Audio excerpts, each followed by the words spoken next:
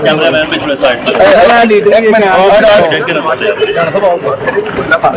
sir Rana इंतजार साहब ना जी यार राणा साहब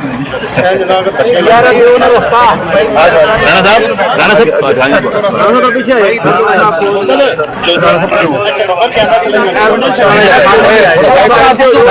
थोड़ा सा रास्ता गेट बंद करो थोड़ा पीछे गेट बंद गेट बंद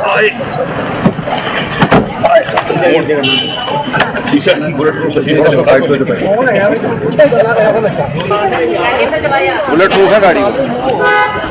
ठीक है तो पीछे हो जाओ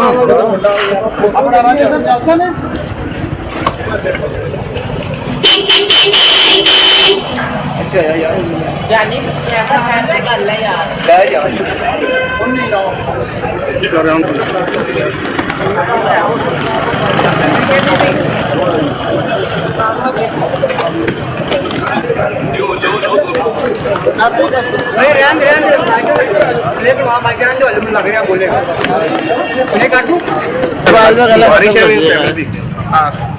अच्छा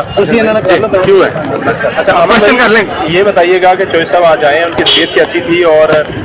क्या उनका की तरफ से पैगाम देखिए आपको पता है कि चौधरी साहब के खिलाफ जितने भी केसेस किए गए थे वो सियासी मुखालफत की बेस पे किए गए